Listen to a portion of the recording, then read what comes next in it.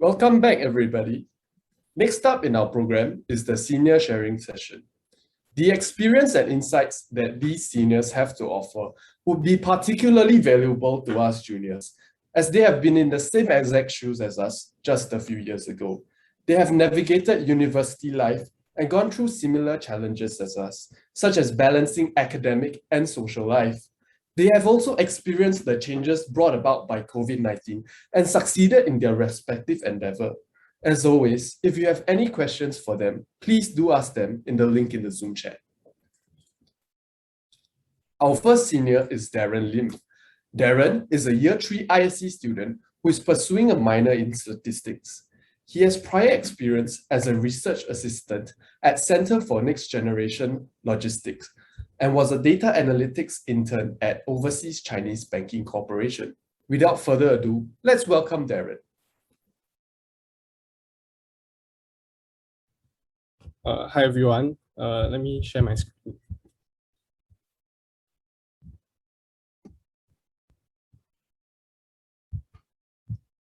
Can you all see the full screen? Okay, thanks for having me. In a quick introduction about myself, I'm a third year student with a minor in statistics. I'm currently staying RC4 and I'm also currently on I8 this semester. So here are some of the things, right, that I felt that might be useful to my ISE peers. So the first thing will be about minor, like why I chose to take this minor. The second thing is about SUSEP, because I went on SUSEP last semester. And the last thing is about internship and my experience job hunting. So for the statistics minor, so if you have an interest in data science and analytics like myself, these are the modules that I have taken and I feel that are really relevant to the field. So the first one is regression analysis. So in this module, right, you really learn how to build the best y equal to mx plus c model. Yeah, it sounds quite trivial, right? But actually it's quite difficult. Then the second module, right, is on time series analysis. So this one is where you learn how to deal with time-based data. And then last one is multivariate analysis, where you learn how to deal with many predictors.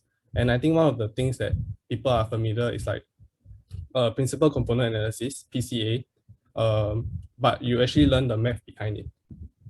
So the last two modules are Mathematics 1 and STE 2334, Probability and Statistics. So most of us will be familiar with these two modules because they are double counting with the ISE curriculum. So I feel that the statistics minor, right, is actually quite worth it if you're interested in this field, because you just have to clear like 3 more modules and you have the certification. So here are some of the takeaways I have from this minor. So I managed to learn R and become proficient in it. So R is actually a programming language built for statistics because they have all the packages inbuilt into the IDE, and then it's quite relevant to the industry as well. And then you also get to learn about the math behind all these techniques that you're using, right? Even though it's quite heavy, but I think it's good that we understand the benefits and limitations of each techniques. And then these modules here, I feel that they complement really well with some of the ISE modules, and especially when if ISE is rolling out the new specialization, right, the one on data analytics, and I feel that it will be really complementary with that specialization. So here are some final thoughts. So if you're contemplating on what minor and second major to take, please do talk to your seniors and hear from their experiences and find one that suits you best. Because with the new curriculum, there's and then in the reduction of the requirements for the minor and second major, right, I think it's really good if you get something out of your UEs rather than channeling it everywhere. And then if you're worried about CAP, so there's all these opportunities like summer, winter, SEP, and SUSEP, which is the local version, to actually freeze your CAP and clear all these modules. So the next thing I want to share is about SUSEP. So I went for SUSEP last semester, and these are the modules I cleared and mapped. So the first two modules are the ones that I shared earlier, so they're mapped to my minor. And then the remaining modules, quality control, pattern recognition, and machine learning, are mapped as a technical elective, a TE. So if you want to know more about these modules and want to talk to me about it, and I will be more than willing to share. And then if you want to know the full list of modules that I managed to map, here's the full list. So actually, these modules, right, they are the semester 2 modules and maybe semester 1, because if they are offered in both semesters, but these modules I specifically look for are semester 2 modules. And then I think one additional modules, right, that might be interested to quite a number of ISE students is this mapping here, the CE 4015. Plus, it can be mapped to IE 3110R simulation, which is a core in ISE. So here are some important considerations when you apply for SUSET. So the image you saw just now, right, is the mapping with NUS. So, and that's really only the first cut of the entire journey. So you need NUS to get to approve the mapping. And let's say if you want to do additional mapping, right, because ISE is not offered in NTU, and then you have to actually look at every single department and find modules that are suitable, right? You can actually go to find the NUS mods of NTU, can Google NTU content of courses, then you see what modules are offered in which semester, and actually get the module description from there as well. Then that's when you can do your mapping. Then the second cut, right, is that let's say once like NUS approve the modules, right, NTU must offer the module to exchange students because not all modules are offered to exchange students. So to my knowledge, right, the business modules in NBS, the Nanyang Business School, are pretty much closed off to exchange students when I applied for them. Then the next thing is NTU has to approve and allocate the modules to you. So you will indicate a list of interest of the modules that you wish to take at NTU, but not all of them will be approved and allocated to you. And then the last cut, right, is that if these modules are not allocated, you have to fight for it during the NTU's add drop period. So you don't actually participate in the Star Wars thing, which is the round 1, round 2, but only participate in the add drop period. And then the last consideration is that there should be no timetable exam clash allowed on NTU side. So I think the real dilemma, right, is that let's say if you are given a module and you want to take another module, it means that you have to drop the currently allocated module and add a new module. And then the stressful part will be like, if I drop the module, there's no guarantee that I can get the module back. And if I want to add another module, there's no guarantee that I will be able to get that module. And then this add drop period, right, actually happens in week 1 or week 2 of the semester. So at that point in time, when there's still so much uncertainty, right, it's actually still quite stressful. So just keep in mind of that. So I think the thing I want to say is that when you apply for SUSET, try to cast a huge wide net and map as many as you can on the NUS side. Because you can see that from number 2 to number 5, right, are really filters from the NTU side. And then here are some additional good pointers for considerations.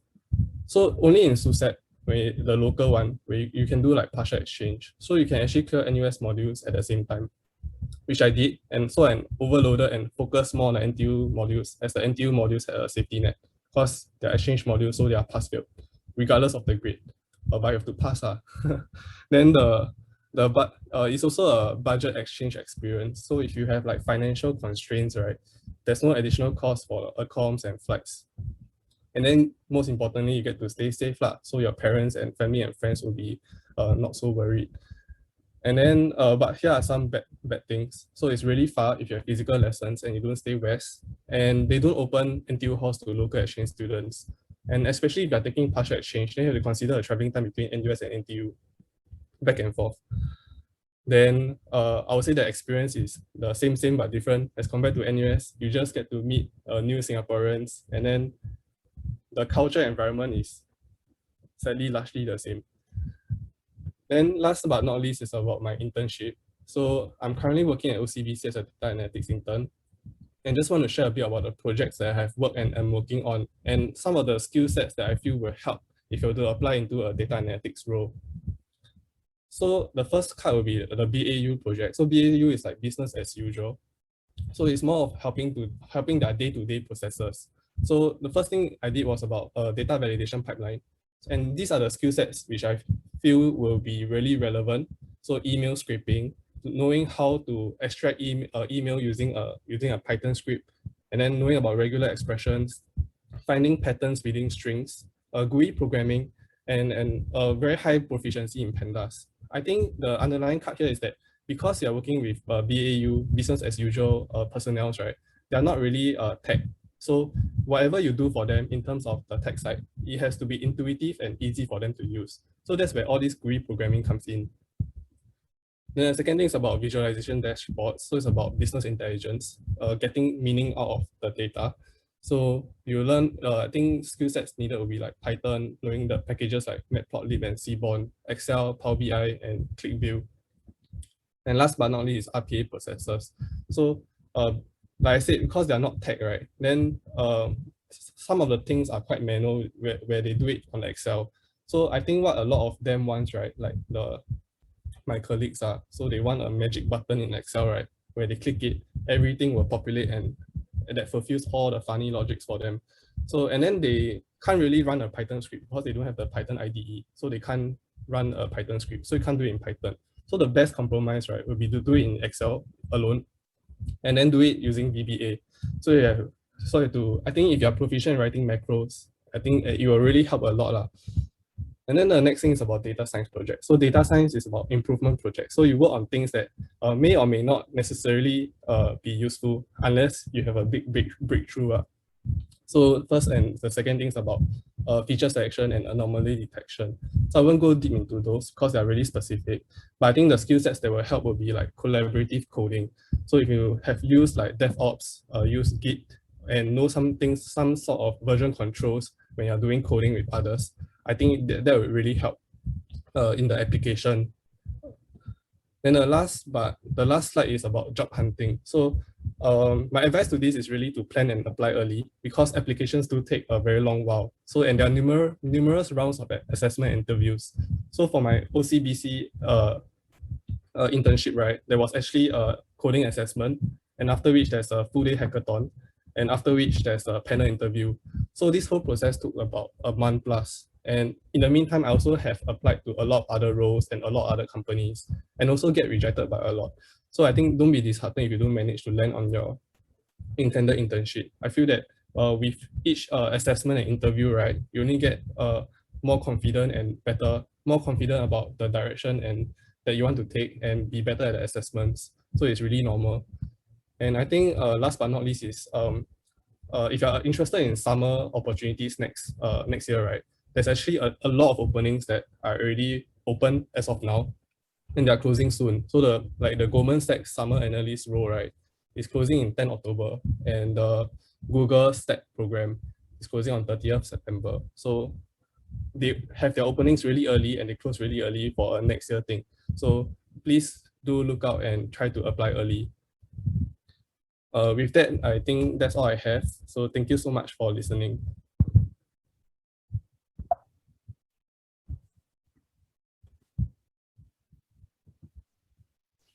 Thank you, Darren. Next, we have Daryl Mock.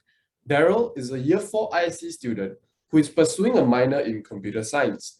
He has prior experience as a supply chain management intern at AMS Osram, summer analyst at Bank of Singapore, and was a digital transformation intern at Overseas Chinese Banking Corporation. Daryl, you may begin when you are ready.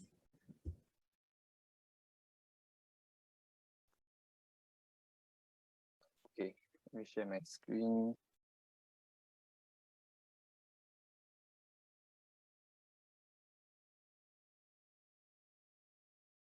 Okay, hello everyone. My name is Daryl. A little bit about me. I'm year 4. I have a minor in comm science, and I have a few internship experiences over 3 different industries. 3 of them are full time and 2 of them is part time. That's a picture of with me and my friends at in the summer school in Hanyang. Some of my hobbies include traveling, and I play ultimate frisbee while I was staying in RC4. Looking back at my academic career, actually I didn't really do too much in my first year. Wasn't really too focused on finding internship. And I did my first internship in a tech startup in my second sem. While doing part-time internship. I was actually looking for a summer intern, and the hiring manager actually asked if I could start doing part-time. So I thought since I had 2 free days in my timetable, it was a good chance for me to gain some experience. And then at that point of time, I wasn't very technically proficient yet. So I thought it's a good experience and to be involved in some technical projects. Then I did a summer internship at Cummins Inc. as a process improvement analyst. Cummins is a manufacturing company. They manufacture car engine, and I was a process improvement analyst. I think because of the COVID situation, right? My batch, a lot of us during summer, we were all working from home, and one advice I would give to interns who are doing, juniors who are doing internships from home is to take more ownership of your own work. Don't be afraid of working independently. There's still a lot of things that you can learn, and personally for myself, I spent a lot of time self-learning the things that I thought was very interesting to me. For example, during that time, I actually started getting more interested in web development and getting more proficient in Python data analysis. My third internship was at AMS Ostrom. I did my IE there in my third year, second semester. And because of COVID travel restrictions, during that semester, I was supposed to go for the NOC program, but I turned it down when they say traveling was not allowed. So yeah, that was a sad part. Like my batch couldn't go for SP or NOC. So then this year summer, I did the internship, the corporate analyst internship program at Bank of Singapore. There's a lot of, I think like Darren mentioned, there's a lot of summer internship programs that actually open applications very, very early. So I actually just by chance chanced upon this internship program by Bank of Singapore, and I think that this kind of internship program is a very good chance for you as an undergraduate to intern and learn about the particular industry or company that the program is in. For example, for this Bank of Singapore internship program, the structure of the program is very well structured, and every single week, the HR department actually puts you through some training courses to get you more professional and prepared for the working industry. And then they also allow networking events with higher up management and a lot of other different full-timers and executives from other departments. So the company actually spends a lot of time to tailor the program to undergraduate students like all of us. So I feel that this kind of program will definitely benefit people who get offered it. So I would advise those of you who are really interested, for example, in the financial industry or banking industry, go and apply for the summer internship programs and see if the industry is suit for you. And even if you get a role in a particular department, you also get a lot of opportunities to learn about what other interns and full-timers are doing in other departments. So you get a clear picture of what you want to do. So right now I'm doing a part-time internship at OCBC in digital transformation. I work on some technical initiatives for the business to implement digital solutions. Having done 2 internships in 2 different banks, I think the banks right now in Singapore, and not just Singapore banks, international banks as well, they're all trying very hard to transform its processes and systems digitally. So it's a good opportunity for those of you who are interested to try and get involved, and it's exciting time to be able to work in some of these projects. Yeah, so why ISE? I think ISE is very good because it is technical enough where I'll be able to pick up and use the technical skill sets, but also the very non-technical skill sets, which are also important. So like some of the prof explained in the first half of the ISE day, there's a lot of very interesting modules that the faculty I feel is trying very hard to prepare students for. For example, the design thinking module that I didn't get a chance to experience. These kind of modules, a lot of existing modules like project management, and I think intro to ML was a new one also. These modules are very, very hot topic, industry relevant nowadays. And even if you don't have like side projects that you're working on, I feel that this kind of experience and projects that's relating to the modules can be very useful to help you secure internship roles as well. So put them in your resumes if you need the content. For me, I came into NUS not really sure of what I wanted to do, and I kind of just followed what I was curious about, and slowly learned more and more things along the way that I thought was interesting. So that's one reason why I tried so hard to get different experiences in different internship roles across different industries. Yeah, even now I can't honestly tell you what I really want to do when I graduate, but at least through so many past experiences, right? You get a slightly better picture of what you want to do, or at least what you don't want to do, and you get to meet some great mentors along the way. Some advice I would give to the juniors would be, don't be afraid of applying for these internship opportunities. Spend some time applying for all these positions and preparing for it. There's a lot of channels out there, both provided by NUS and out of NUS, that can help you find internship roles. So NUS has Talent Connect, and the CFG department is always, if you check your mail, they always send updates. Ms. Lee sends a lot of updates on internship roles that you can apply for. And out of NUS, there are LinkedIn channels that you can use. Initially, I almost didn't apply for the Bank of Singapore Corporate Analyst Program because the application process seems quite long and quite tiring. They required group assessment, and then they required interview, and then you need to interview with a manager. But I advise all of you to just apply, and if you're interested, and spend time preparing for them. On top of that, yeah, CFG provides a lot of very useful resources for our students to get better at crafting resumes and job searching strategies. They also invite external professionals to host workshops that teaches a lot of these useful skills. Like very recently, they have this case study workshop and even a trading workshop that I attended. So all of this can be found in your NUS email. So keep a lookout and just go out there and join hackathons and case competitions. This will also add up to interesting experiences that you can use in interviews. So for SCP and NOC, yeah, for me, I couldn't go, but I would recommend you to try and go for it if you can. I also encourage all of you to keep learning and try and get involved with some of the CCAs and clubs that's interesting to you. This is something that personally I didn't do, and I would have done if I could. If you don't know, NUS actually gives us students free access to certain online courses like Coursera and edX, where you can find on Luminous under search modules.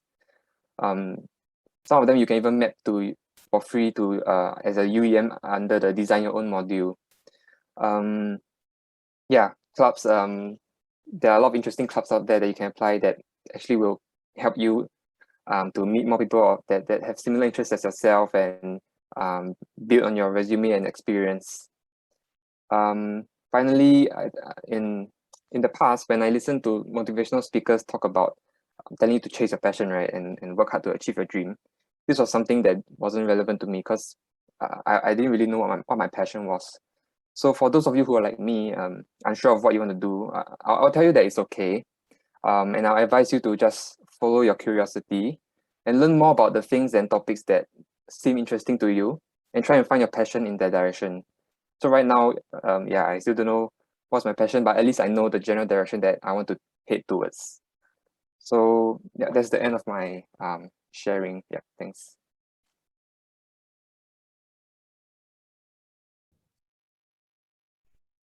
Thank you, Daryl. Next, we have Shunde. Shunde is a year 4 ISE student who is pursuing a minor in computer science. He has prior experience as a product management intern, transformation assurance intern at PricewaterhouseCoopers, and a summer analyst at Morgan Stanley. Shunde, please. Yeah, all right, let me just share my screen. Yep, okay, so hopefully everyone can see my screen. Yep, so I think a big thanks to the ISE Club committee for inviting me for this talk. And so today I think my main sharing, I'll just split into 3 parts. The first one is talking about how ISE has prepared me well. And then the second one is like sharing about things that I wish I knew back as a freshman regarding to internship application and how to hustle better. And I think lastly, I'll end up with a few closing remarks. Yeah, so I think a little bit on myself. So currently I'm year 4. I have a minor in computer science and I'm from ISE club. So as you can see, like my internship experiences is quite diverse, although it's based around technology, but then I think like the job scopes are quite diverse from doing like project management based roles to more in-depth developmental roles. Yeah, so I think the job scope is quite diverse, but I think ultimately I feel that ISE has prepared me a strong foundation to pursue internship roles in a range of domains. Yeah, so I'd like to share more about this. Yeah, so I think through my ISE degree in particular, it has provided me, I think, a strong foundation of hard and soft skills to enter different domains, even though I might not be particularly knowledgeable in those areas. So I think these are the 6 most important skills that I feel is most important. Then I think I like to focus on a few. So I think like the systematic problem approach, and systematic problem solving approach is quite important because it's a very important skill to break down complex problems into more simpler problem statements and then like generate like an effective solution to tackle them one by one. And then I think like through ISE also, it sort of gives me like a structured problem solving approach. So like for example, if I have a feasible solution, how do I go about showing to stakeholders that it's correct? And I think important skills that I have learned through ISE is definitely coding, because I think through ISE there's a lot of like coding projects and coding modules that are able to brush up. So like for example, like doing simple like Python analysis to doing more complex like machine learning. So I think through ISE, it has provided a strong foundation for this. And I think lastly, project and stakeholder management. Because I think in ISE there are tons of many different like complex projects. So I think through this, it gives like a bunch of training scenarios to work productively with different team members to achieve a common goal. So I think these are useful soft skills. Yeah, so I think all in all, ISE, I think definitely provided a strong foundation of hard skills and soft skills to sort of like lessen the learning curve when entering more technical fields that might not be necessarily associated with ISE, but I think if like I think the skills can be applicable as well. Yep. Yeah, so I think now I'll just focus more on like the main part of the sharing, which is more about I think the things that I wish I knew back as a freshman for internship application. Yeah, so I think so I think regarding for internship application, there are a lot of like things which I feel that might not have been shared to us, but then were definitely useful and would help freshmen along the way. So I think for this part, I split into 4 components. So I think the first one is to start early. The second one is to begin the end in mind. The third one is to network. And the last one is to prepare. So I think with these 4 tips, yeah, definitely it will accelerate like your internship applications or your hustling journey much effectively compared to just if you didn't know anything and entering uni.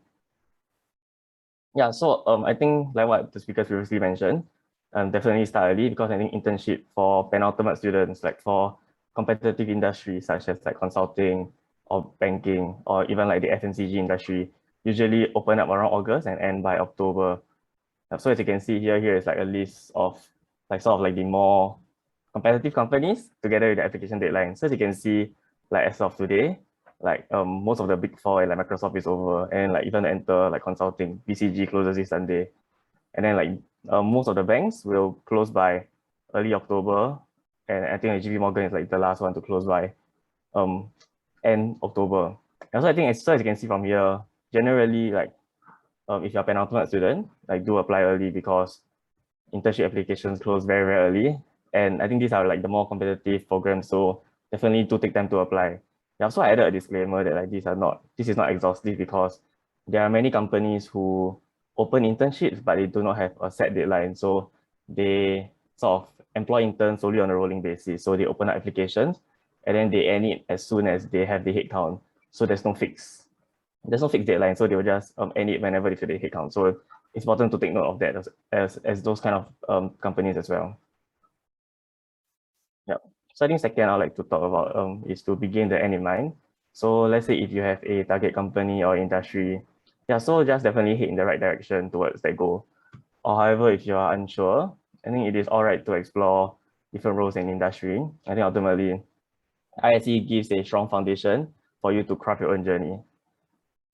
Yeah, so irregardless of whether you know or you don't know, so I think here are some useful resources that can help you sort of like chart a path to attain like your dream internship or your dream job. Yeah, so I think first one is online resources. So there's like, you can like browse on Reddit, you can browse on like LeetCode, Prep Lounge, or Wall Street Oasis. So I think this provides like tips and rough guides as to how to achieve your desired role. And then at the same time, they also like have examples of like good cover letters or like how do you tackle case interviews. So I think these are very effective, and like most of them are free, so it's quite useful in the area. Then secondly, you can check the LinkedIn profiles of people in the desired roles. So so the purpose of this is to sort of like get a rough sensing of like the internship milestones that you have to hit to attain that dream like role. So like for example, let's say you want to enter like DCG. So I think generally like you will do like a Big Four consulting internship and then like a strategy internship, and then you will like successfully get a DCG internship. So I think like by checking like the LinkedIn profiles, it will sort of like provide you with a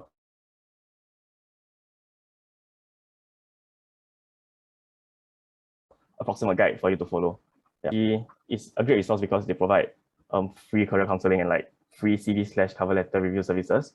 So definitely it's a great tool if you are unsure of like how to properly present yourself in a cover letter or in a resume. Like Miss Lee, which is our like ISE career advisor, she has tons of experience in I think the tech industry and banking industry, so she will be able to offer some very holistic advice.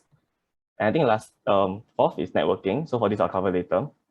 Yeah, I think everyone is friends, so I think it's great to have I think because ISE is quite a small community, so it's great to like have each other, update each other about like the latest events, and at the same time, sort of like work together to apply. So like you can like send each other like cover letters or resumes to sort of get a fresh perspective, and at the same time like, identify any weak points that you might not have noticed.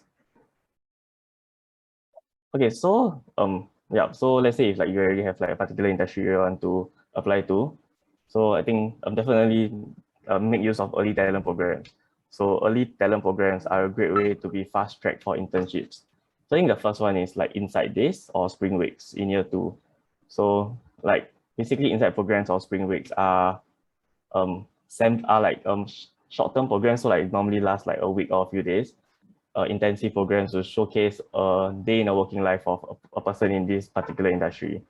So why I say apply for this is because through these programs, you are able to have real experience with like key personnel in these organizations. And at the same time, you are able to get noticed by the recruiters. So by having meaningful relationships with key people in these companies, and at the same time, having relationships with the recruiters and HR, you are like, then when the application for internship starts, you're already at a head start. And like more often than not, I think these programs, like for successful applicants who do well in this like short time frame, they are normally fast tracked through the application track. So I think those I feel is quite beneficial. And secondly, for like diversity events. So I think right now more and more companies are striving for diversity and inclusion in organization. So there are tons of diversity programs organized by big companies. Yeah, I think it's also definitely, if you're eligible for them, do apply because as mentioned previously, you are like through the short time frame, you are able to establish like meaningful relationships with key personnel in those organizations as well as recruiters. And I think this will set you apart from other candidates. And at the same time, if you perform well, definitely you'll be fast tracked for the internship application.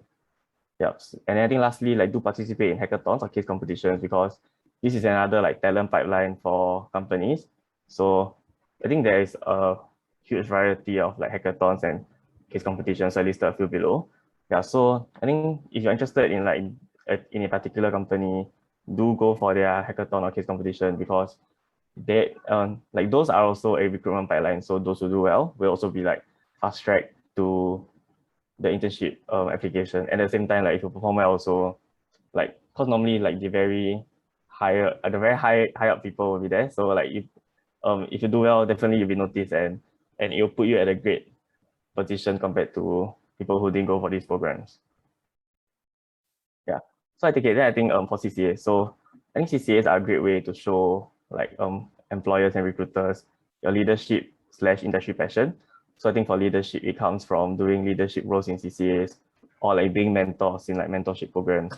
And I think secondly, I think in industry passion is quite important because let's say even to break into those highly competitive industries like maybe software development or like investment banking or like consulting, definitely do join the industry focused CCAs, because if you were to join them, it shows your employers like, hey, you're really like passionate about all this. Because if you don't join those CCAs and you just apply, so I think there's no like evidence to show that you are passionate in this field. So it will put you in a lesser standing. So if you're interested and like if you see yourself potentially applying for these roles, I think like do apply for these CCAs when the next recruitment cycles comes.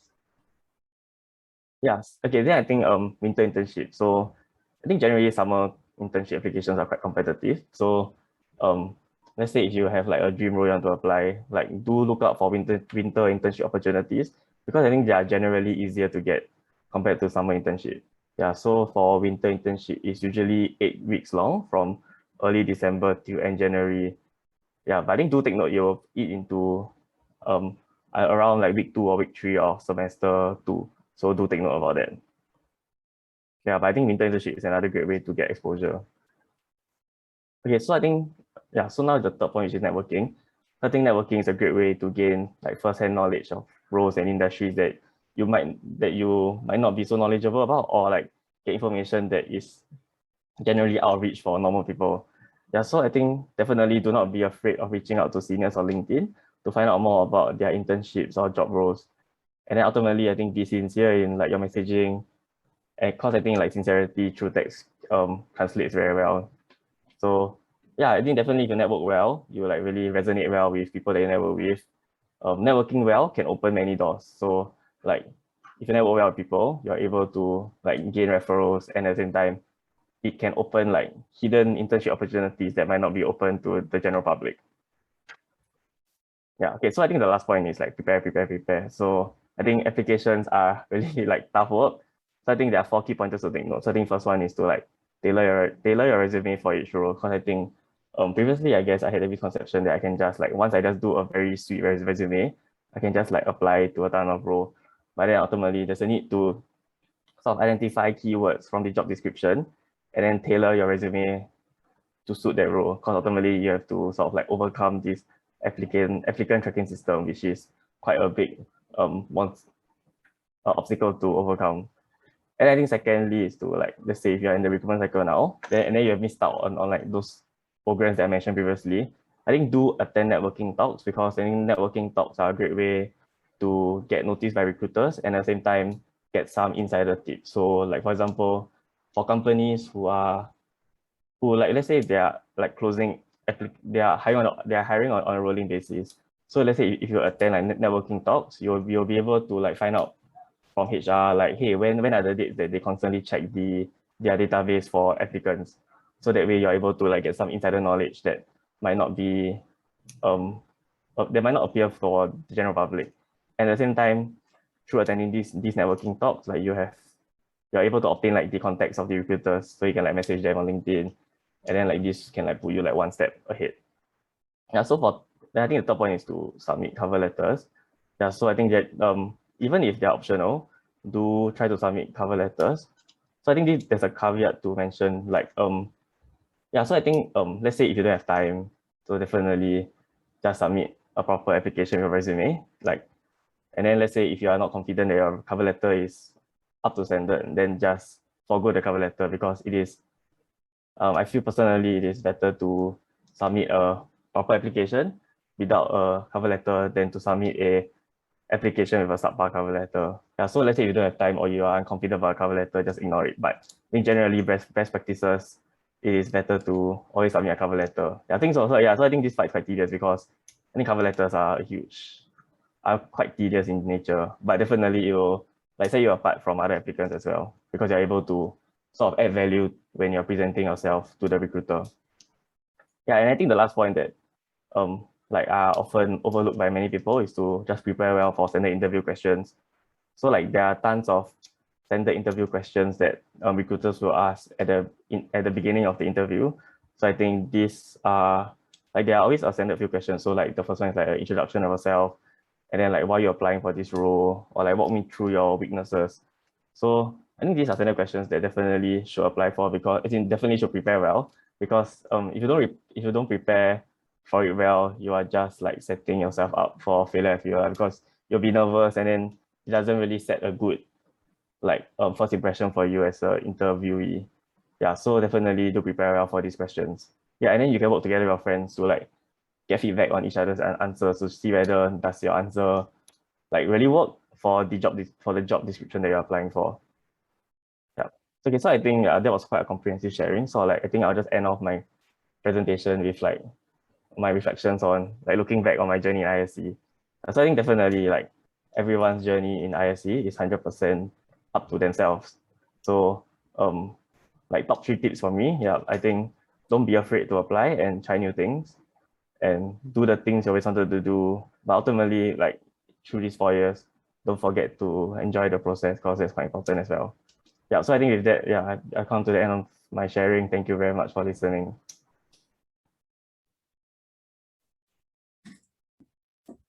Thank you, Shunde. Now we will have a Q&A session for our senior sharing. So if you have any questions for wonderful seniors, please submit your questions in the Zoom link.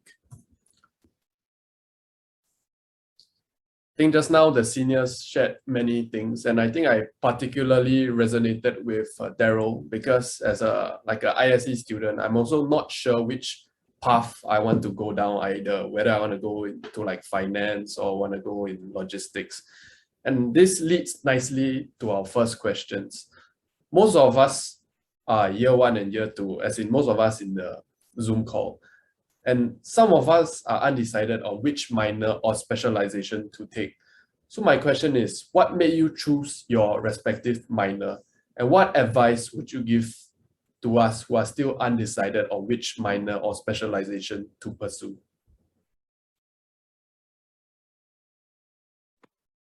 Okay, maybe I could start. For me, I feel that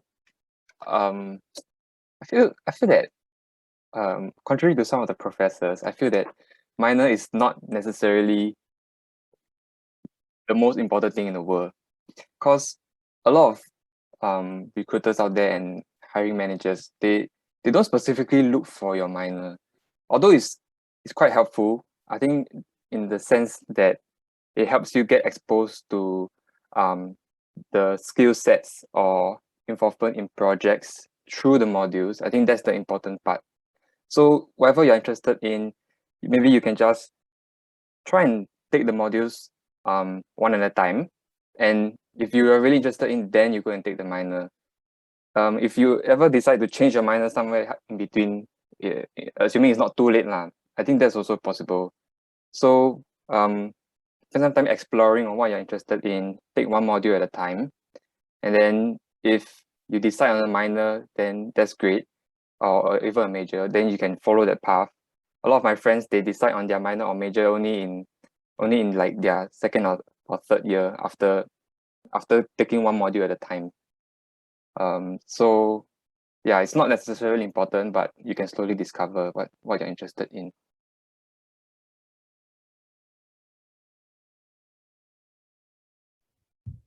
Maybe just to chip in, right? I only declared my minor in year 2 lah. So I also I didn't have any intention to take anything in year 1 also. Then I think what really struck, right, my decision to take statistics, right, like to be frank lah, because ISE has a huge overlapping with it. There's already 2 modules already cleared, then you just need to clear a bit more. Then you got a minor already. Then I thought that was really worth it lah. And then also based on your interest, because the 3K, 4K modules, right, are really quite hard. And if you are not interested in it and then you venture into it, right, it's like a suicide lah. So I think based on this, right, I think you can look for modules. I think a good if you don't want to like be so adventurous, right, you can look for modules, minors that have a huge overlap, and because they are really relevant to ISE, right, that's why they have an overlap. And then things like, I think data eng has an overlap. Things like economics may have an overlap, and things like statistics. So yeah, these are the popular ones. And I'm sure a lot of ISE undergrads will go into business and also into com science, like my seniors here. Yeah, and business is also quite relevant because you also get to learn skills like how to it's more panel style kind of interview lah, which is quite relevant to industry. So I think take some time to like explore explore your interests and then look at minor from a practical point of view lah. Okay, then I think I'll chip in also. So for me personally, why I choose to pursue a computer science minor is because I think like back in my curriculum in semester 1 I took the IE foundation module was a Python module and I really enjoyed it. As well as also took CS1010E, which back then was taught using language C. So I think I also really enjoyed it. And I think definitely like I discovered that, hey, like actually I'm quite strong in these areas. So like I think even though I wasn't particularly like really interested in that because it's quite a like tough module, but I think I saw that I was quite strong in the area, so I decided to apply. And then I think I saw like the practical value in it. So let's say if you're like undecided on a particular minor to pursue, I think there are a few angles you can look at it, like whether are you like interested in it. So I think interest can help you like stay passionate, especially when you climb up to the more difficult 3K, 4K modules. And I think second point is like, I think like do you have like are you sort of like talented in the area? Like do your strengths play well into the minor that you're applying for? Yeah, so I think like for me personally, I didn't look at any of like the minors in econs or like business because I know that I'm not particularly strong in those areas. Yeah, so I think like you can play to your strengths as well. There's another angle you can look at it. And I think the last one is like whether is it aligned to your your future aspirations? Because I think personally, minors are a great way to be introduced to like a different program that might be different from ISE or like might be aligned to ISE. So yeah, I think like you just sort of see whether like does it align with your like long-term career goals, and then you can like work on that. Yeah, so for me personally, like why computer science in addition to like my strengths is because I felt that I think it's the syllabus quite synergizes aligns quite well. Sorry, I can't pronounce that word. Yeah, it aligns quite well to the IC curriculum. Like I think it's like as you reach like the higher level modules, like there is a big like overlap in the knowledge in terms of like machine learning and like data engineering. So that's why I think I pursue computer science. And I think back then when I applied for computer science, there was no data eng minor. Yeah, so I think let's say if I were to go back to year 1 and to data eng minor, I think I would apply to data eng minor because I think it's more like it's more interesting compared to computer science. But that is just like my 2 cents. Thanks. Now for the next question, I guess most of us are asking, do grades matter, or would having a variety of skill sets be better? Or is it like a mix of both?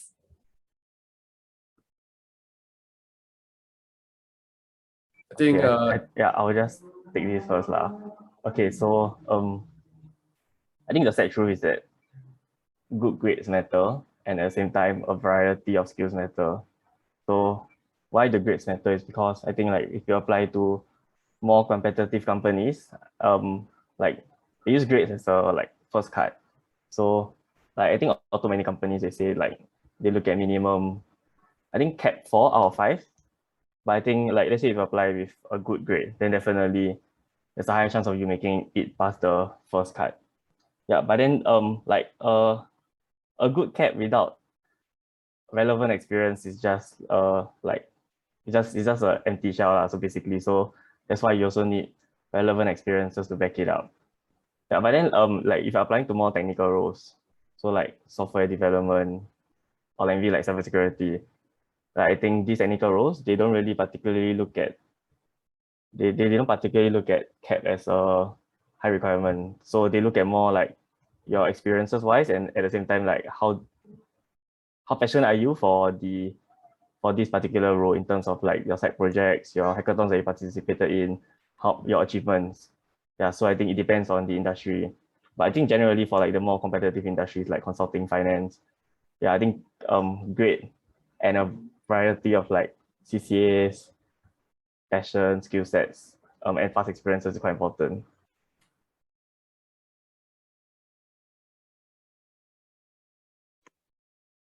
I agree. Same, I don't have anything to add. Shinta covers it quite well. Yeah. okay. Maybe one advice I would give is if you are now early on like year 1 or year 2, right? Get involved in relevant projects and internship experiences like Shinta mentioned. That's a useful stepping stone to get to your ideal company. If your grades are not that good, so it's really completely fine if you have really good other internship experiences that are relevant and side projects that's quite interesting, and you participate in hackathons or other competitions. So in those cases, there are actually a lot of people out there that their grades not that good, but they focus a lot and do well on external projects, and they showcase that well to the HR, and then they actually get through easily. Yeah. I think one thing I would like to add, right, is that if you don't have any experience, right, the NUS has this NSWS NUS Student Work Scheme. So you can go to the website, right? So you can work under profs and they pay quite well. And then so you're working on NUS related projects. So I think that's a good stepping stone to gain some experience before you go into industry. So that's for my case lah. So I work at the ISE Research Center and I gain some experience there. And then that's an internship experience by itself that I can talk about when I apply for other internships. Okay, for the next question, it's actually related to what Darren just mentioned. Is that it's about the concept of, to get a good internship, you need another prior good internship for that. So it seems like an endless loop. So for year ones who want to apply for good internship, like how do they start and where do they begin? I think Darren mentioned one good point about doing an internship within NUS, but other than that, are there other routes?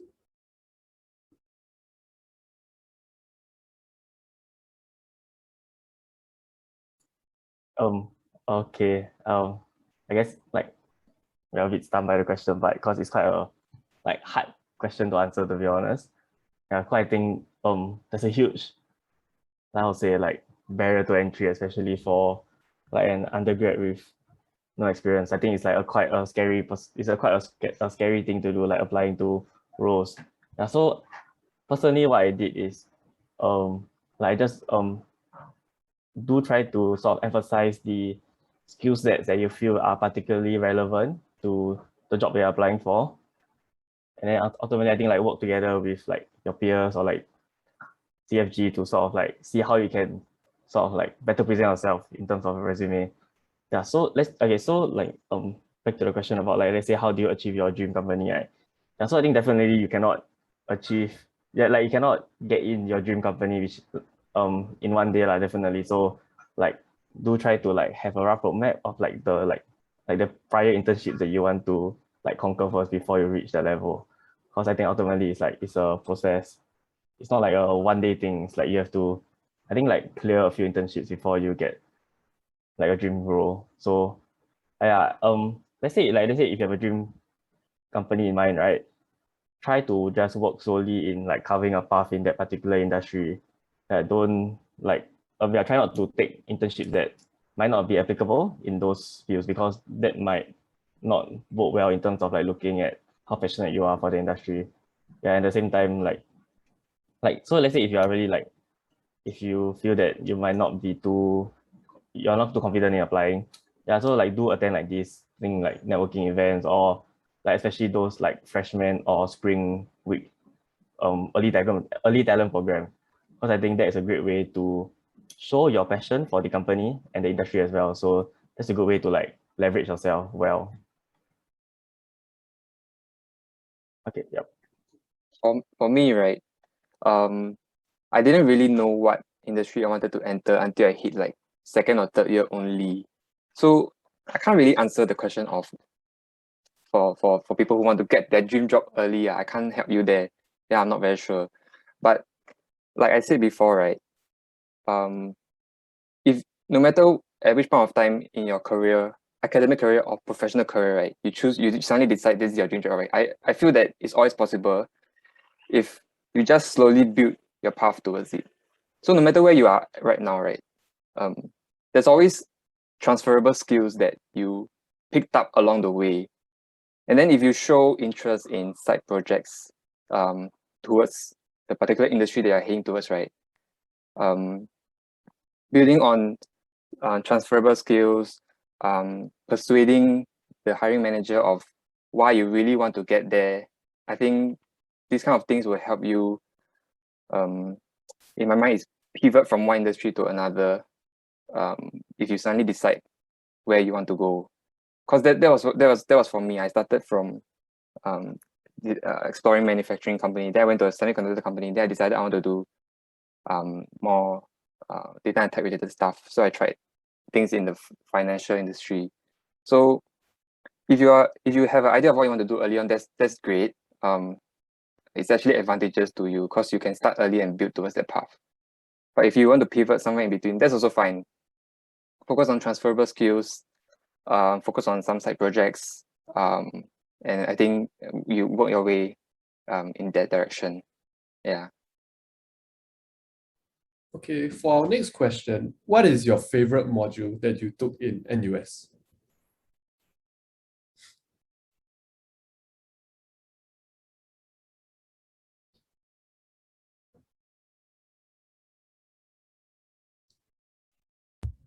Maybe I'll say first, I'll share first.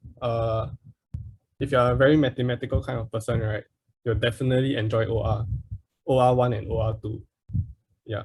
If you really love like those, like having a H3 math, right, but it's all towards solving linear programming, right, then it's just like cramming practices, doing a lot of like practices and then assignments, and then just go for one time good exam, then you get your grade. Yeah. So if you love math, OR is the mod lah. Yeah.